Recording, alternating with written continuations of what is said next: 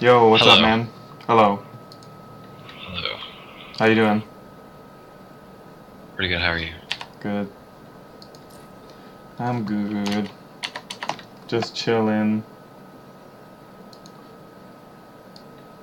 I had lunch with some of the gamer boys today. I had some sushi. I'm feeling good. Nice. Hmm. And what have you been up to? School, I guess. Mostly, yeah. Just Uh, getting frustrated at people. Sorry, dude. It's alright, it's not your fault. Most of my stress from this week has either been my own fault or just ROTC. Hmm. Yeah. When I say sorry, that doesn't necessarily mean I'm like, oh, I'm sorry, I did something wrong. Yeah, no, I mean, you're just saying that you're sorry that this is happening, and it's Yeah. Yeah. For okay. sure. My answer's still gonna be the same, no matter what you mean. Okay.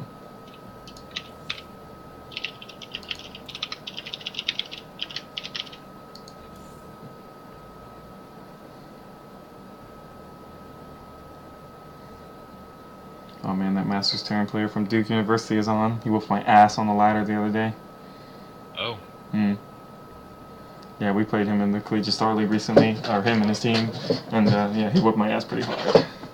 And then I feel like I did some weird kind of cheese thing and was almost winning, and then I lost, because he's pretty good.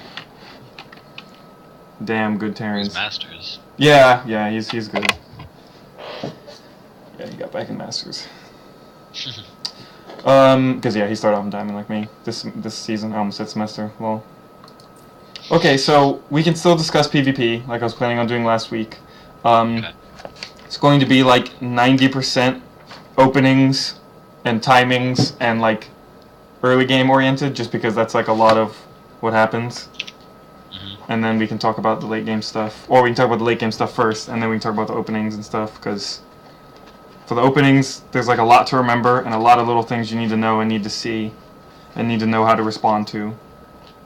And we might want to like write it down, or maybe I'll write it down and give it to you or something. But there's a lot. But once you know them, and once you can do most of them yourself, it gets a lot easier. Because if you can do them, then you like kind of know what they're thinking. Like I just played a Masters Protoss on the ladder, one of my last games the other day when I was doing really bad, and I did. He went Nexus first actually on that Gigantor map. Altruism Stronghold. Or you're Yes. talking about Frost. Yes, Altruism Stronghold, because you have the free natural. But I was like, okay, Nexus first in PvP. The map size doesn't matter. I'll put down pylons. So I snuck a pylon in the front of his base, like kind of near his ramp actually, and then started running my probe like in circles around his base because he wasn't gonna have shit for a while. So he's following me.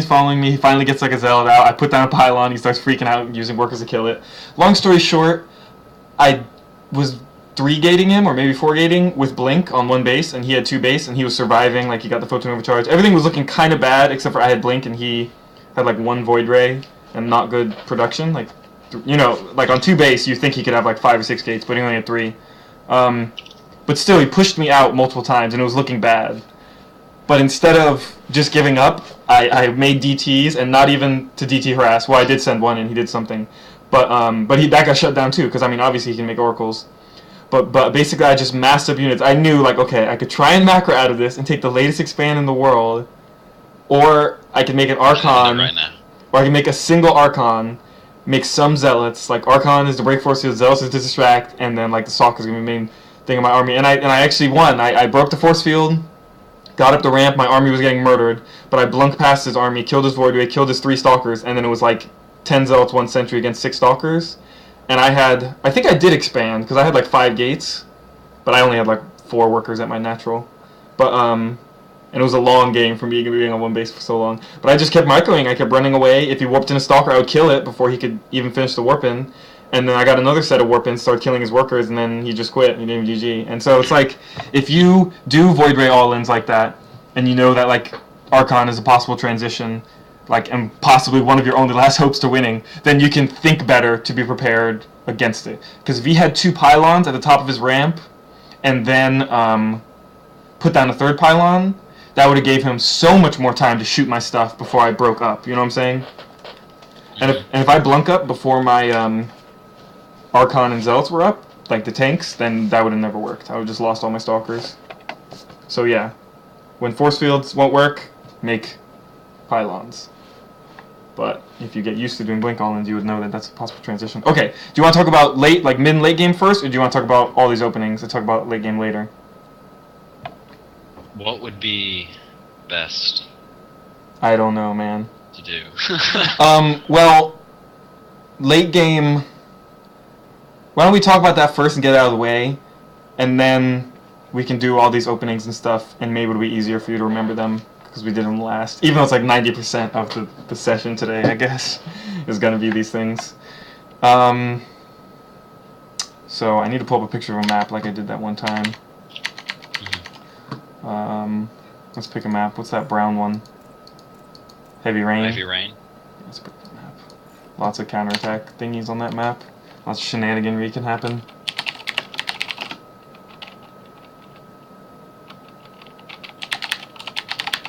I've heard they've changed Daedalus Point, but I haven't played for a few days. So. I have that map downloaded to the end of time. So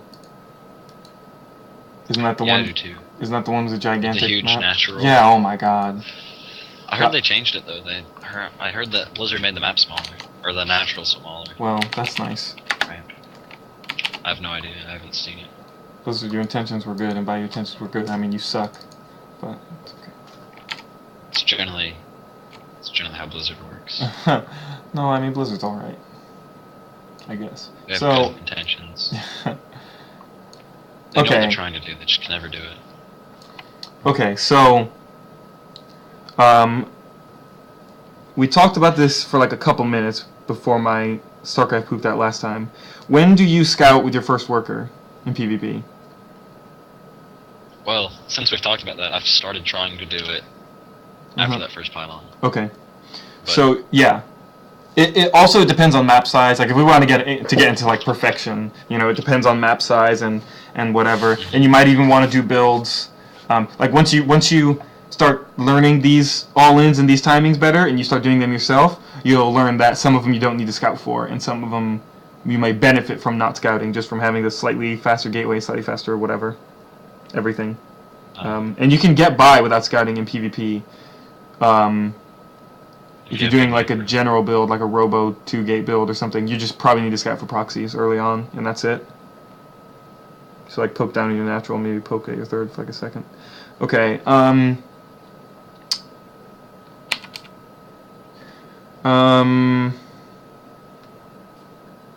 So if you scout after Pylon, you know, you're going to get to his base. I'm not 100% sure what time you get to his base. I could probably load up a replay and see. But the main thing to look for is did he get an early gateway? Like, did he 10 gate or 11 gate? Or did he normal 12, 13? Like, end of 12, start of 13. Did he get two quick gases? Like, 2 gases on 15 before Pylon? Or did he go 1 gas, 1 Pylon, and then get a 2nd gas when his Cybernetics core is up? That's important. So we'll call that, like, more gas or less gas, because you almost always get 2 gases. And how much Chrono Boost energy does he have? If they have 1 gas and they have a lot of Chrono Boost energy, they're 100% 4-gating, and you should probably do whatever to defend it, however you like to defend it.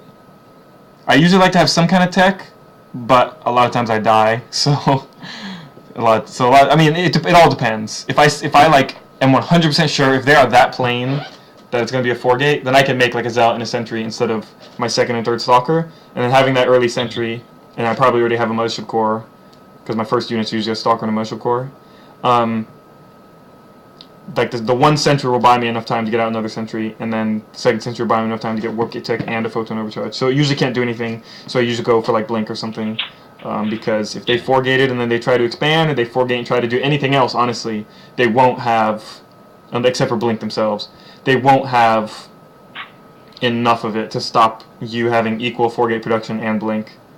Because you can kill, like 10 Blink Stalkers versus 10 Stalkers, you can kill all of them without losing a single Stalker if you micro properly. So it's like almost like an auto win. So yeah, gas, or gateway timing, gas, and Chrono Boost amount. So if you find that they did the 2 quick gases, like the 2 on 15, and you never do anything earlier than that, that's like crazy talk because you need minerals to build Cybernex core and Stalkers and everything. If they do the 2 gas on 15, it's possible they're only putting 2 in gas and doing like a 4 gate or a 3 gate pressure or like a 2 gate expand or something like that. So that's important to consider.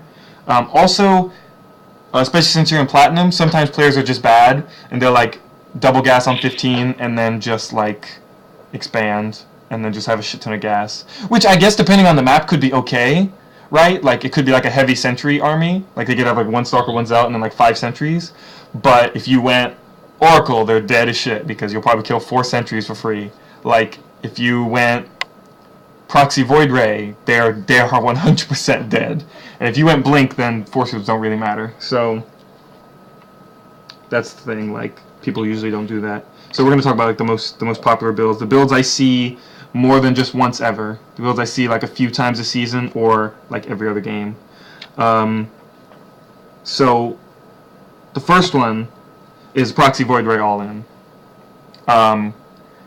This is actually usually a fast gate. It usually is like a 10 or 11 gate or 12 gate or something. And if they 12 gate, it's kind of hard to tell because they only get their gate like 5 or 10 seconds faster.